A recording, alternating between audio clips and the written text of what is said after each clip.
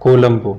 Ceylon से आए एक नवयुवक ने महर्षि से कहा, जे कृष्णमूर्ति जो प्रयासहीनता और चुनावहीन सजगता का पाठ सिखाते हैं वह चुनी गई एकाग्रता से अलग है। क्या श्री भगवान यह बताने की कृपा करेंगे कि ध्यान के अभ्यास को बेहतर कैसे किया जाए और ध्यान का केंद्र क्या होना चाहिए? महर्षि उत्तर देते हैं, प्रयासहीनता और चुनावहीन सजगता हमारा सच्चा स्वभाव है। यदि हम उसे पाकर उसमें समाविष्ट हो सकें तो बहुत अच्छा होगा, परंतु इस तक जाने के लिए प्रयास करना होगा। इसके लिए ध्यान को चुनना होगा। सदियों पुरानी वासना मन को बाहरी वस्तुओं की ओर मोड़ती है। इन सभी विचारों का त्याग करें तो मन को अंदर की ओर मोड़ सकते हैं। अधिकतर लोगों को इसके लिए ही प्रयास करना होता है। हर ग्रंथ और गुरु साधक को शांत रहने को कहता है, परंतु सबके लिए ऐसा करना सहज नहीं होता। यही वजह है कि प्रयास करना अनिवार्य है। यहाँ तक कि अगर कोई स्थिरता की परम अवस्था में भी दिखे तो जान लें कि पहले का सारा प्रयत्न उसने अपने पिछले जन्म में कर लिया होगा। तो ध्यान का चुनाव ही आपको प्रयासहीनता और चुनावहीन सजगता की ओर ले जाता है। ध्यान आपके लिए मनचाहा रूप ले सकता है। देखें कि आपको दूसरे विचारों से दूर रखने और ध्यान के पास ले जाने के लिए क्या सहायक हो सकता है। इस संदर्भ में महर्षि महान तमिल संत कवि तय्युम के पद दोहराते हैं, जिनका सार है कि अगर आप स्थिर होंगे तो आनंद की प्राप्ति होगी, परंतु भले ही मन को यह सत्य कितना भी क्यों न कहा जाए, यह स्थिर नहीं होता। मन ही मन को कह रहा है कि उसे स्थिर रहने पर आनंद मिलेगा, पर यह ऐसा नहीं करेगा। हालांकि सभी ग्रंथ यही कहते हैं और हम अपने महान संतों व गुरुओं से भी यही सुनते हैं। हम कभी शांत नहीं होते और माया के जगत में भटकते रहते हैं। यही वजह है कि हमें प्रयासहीनता और चुनावहीन सजगता की ओर ध्यान देना चाहिए। जब तक प्रयासहीनता की अवस्था नहीं आती तब मनुष्य प्रयास कर ही नहीं सकता। उसका अपना स्वभाव उसे विवश करता है। जैसे श्री कृष्ण गीता में अर्जुन से कहते हैं कि उसका अपना स्वभाव ही उसे युद्ध करने के लिए विवश करेगा। एक भक्त प्रश्न करता है, मैं प्रबुद्ध होना चाहता हूँ, क्या मुझे अपनी ओर से किसी भी प्रयत्न का त्याग कर देना चाहिए? महर्षि उत्तर देते हैं, अब आपके लिए प्रयासहीन होना असंभव है। जब आप गहराई तक जाते हैं तो आपके लिए प्रयास करना असंभव होता है। भक्त कहता है, समाधि और ध्यान में क्या अंतर है? महर्षि उत्तर देते हैं, ध्यान की दीक्षा दी जाती है और इसे मन के सजग प्रयास से पाया जाता है। जब ऐसा प्रयास पूरी तरह से समाप्त हो जाता है, यह समाधि कहलाती है। अगर आप किसी दूसरे कार्य में ध्यान दिए बिना शांत हो सकते हैं तो बहुत अच्छी बात है, परंतु यदि ऐसा नहीं हो सकता तो केवल ज्ञान पाने के लिए निष्क्रिय क्यों होना? जब तक आप सक्रिय बने रहते हैं, आत्मबोध पाने का प्रयत्न न त्यागें। ध्यान एक युद्ध है। ज्यों ही आप ध्यान लगाते हैं, दूसरे विचारों की भीड़ जमा हो जाएगी। वे मिलकर उस एक विचार को ही बाधा देंगे जिसे आप रोकना चाह रहे हैं। इस विचार को बार बार अभ्यास से मजबूत बनाना होगा और इसमें समय लगेगा। जब ये सबल होगा तब दूसरे विचारों का विरोध भी शांत होगा। ध्यान में यह जंग हमेशा जारी रहती है। जब तक अहम रहेगा, प्रयत्न करना अनिवार्य है। जब अहम नहीं रहता तो क्रिया निरंतर होती है। प्रयत्न के बिना किसी को सफलता नहीं मिलती। मन का नियंत्रण आपका जन्म सिद्ध अधिकार नहीं है। जो सफल हुए हैं वे अपनी सफलता का श्रेय अपने धैर्य को देते हैं। कई बार बोध आने से पहले ही इसकी झलक मिलने लगती है। ऐसी दशा में प्रयत्न जारी रखना अनिवार्य हो जाता है।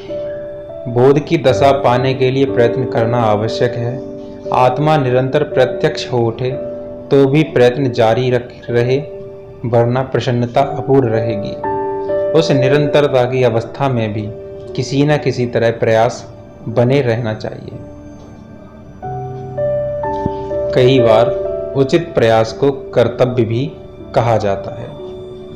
भक्त कहता है, मुझे ज्ञान पाने का प्रयत्न क्यों करना चाहिए? मैं इस माया की अवस्था से ऐसे बाहर निकलूंगा जैसे मैं नींद से जाग जाता हूँ। हम नींद के दौरान सपना देखते हुए उससे बाहर आने का कोई प्रयत्न नहीं करते। महर्षि उत्तर देते हैं, सपने में आपको पता नहीं होता कि वह एक सपना है, इसलिए आपको उससे बाहर भी नहीं आना होता। परंतु जीवन में आपके पास अपनी नींद के अनुभव, अपने लिखे और पढ़े के आधार पर यह सहज ज्ञान है कि यह एक तरह का सपना है, और यह भाव आपको कर्तव्य सौंपता है कि आपको इससे बाहर आने की कोशिश करनी है। हालांकि अगर आप ऐसा नहीं चाहते तो आत्मबोध कौन पाना चाहता है? अगर आप इस सपने में ही रहना चाहते हैं तो जैसे हैं वैसे ही रहें। कई बार हालांकि इसी तरह की बातचीत में साधक को याद दिलाया जाता कि प्रयत्न भी व्यक्ति के भ्रम का ही हिस्सा है।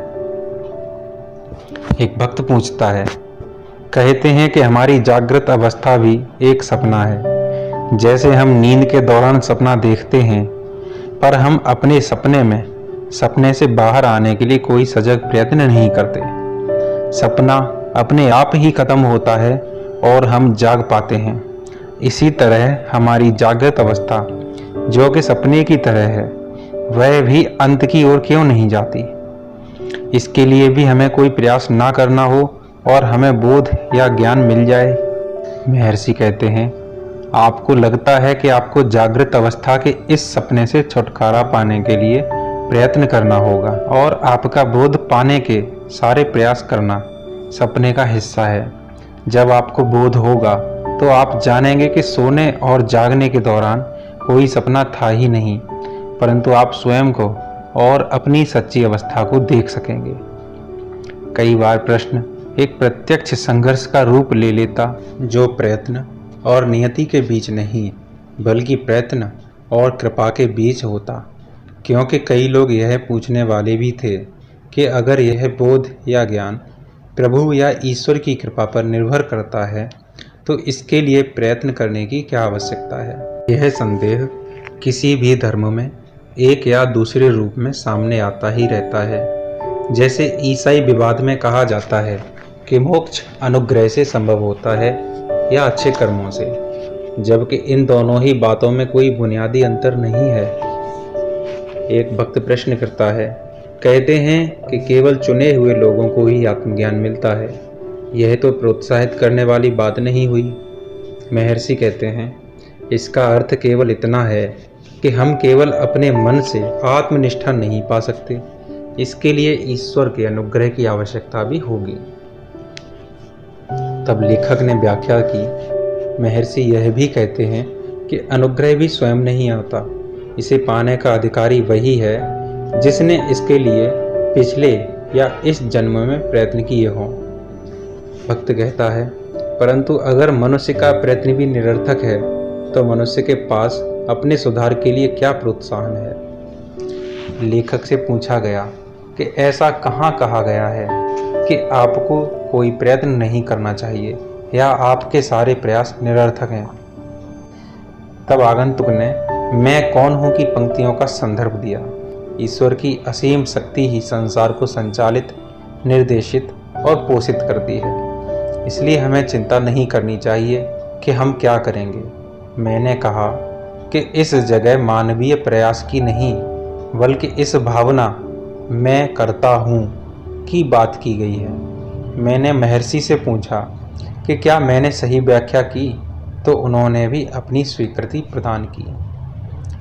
भक्त प्रश्न करता है, अज्ञान दूर करने के लिए अनुग्रह का होना अनिवार्य है। महर्षि कहते हैं, निश्चित तौर पर, परंतु अनुग्रह तो सदा से उपस्थित है। अनुग्रह तो आत्मा है, यह कोई ऐसी चीज नहीं जिसे आपने बाहरी तौर पर पाना है। बस इसके अस्तित्व को जानना ही अनिवार्य है इसी तरह सूर्य विशुद्ध चमक है, यह अंधकार को नहीं जानता, परंतु दूसरे उस अंधकार की बात करते हैं जो इसके आने से दूर हो जाता है। अंधेरे की तरह अज्ञान भी सत्य नहीं, यह असत्य है, इसलिए कहते हैं कि इसकी असत्यता का पता लगते ही यह हट जाता है। सूर्य यहीं है, आपके आसपास चमक रहा है, फिर भी उसकी ओर देखने के लिए उसकी दिशा में आंखें ले जानी होंगी। ठीक इसी तरह अनुग्रह भी प्रयास से ही मिल सकता है, हालांकि यह यहीं और अभी है। भक्त कहता है, मैं आशा करता हूँ कि समर्पण की इच्छा से अनुग्रह में वृद्धि को अनुभव कर सकते हैं। महर्षि कहते हैं, समर्पण जब भी होगा इच्छा से ही किया जा सकता है।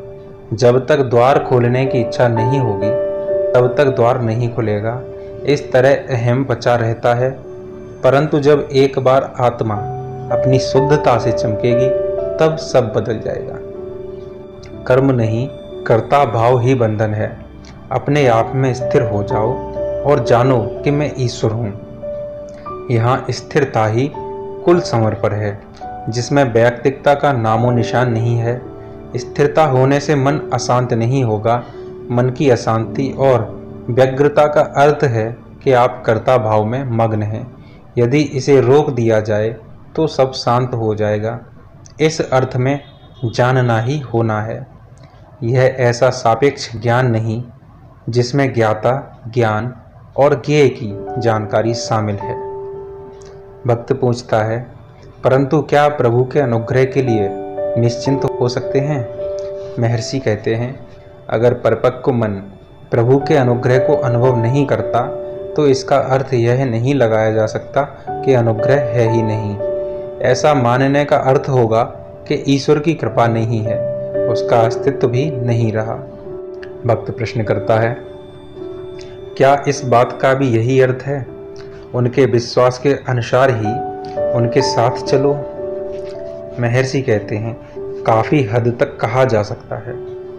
भक्त कहता है, उपनिषद कहते हैं कि केवल वही आत्मा को जानता है जिसे आत्मा चुनती है। आत्मा को क्यों चुनना चाहिए? अगर यह चुनती है तो किसी खास को क्यों चुनती है? महर्षि कहते हैं, जब सूरज उगता है तो केवल कुछ कलियां खिलती हैं, सारी नहीं। क्या इसके लिए सूरज को दोषी ठहराया जाएगा?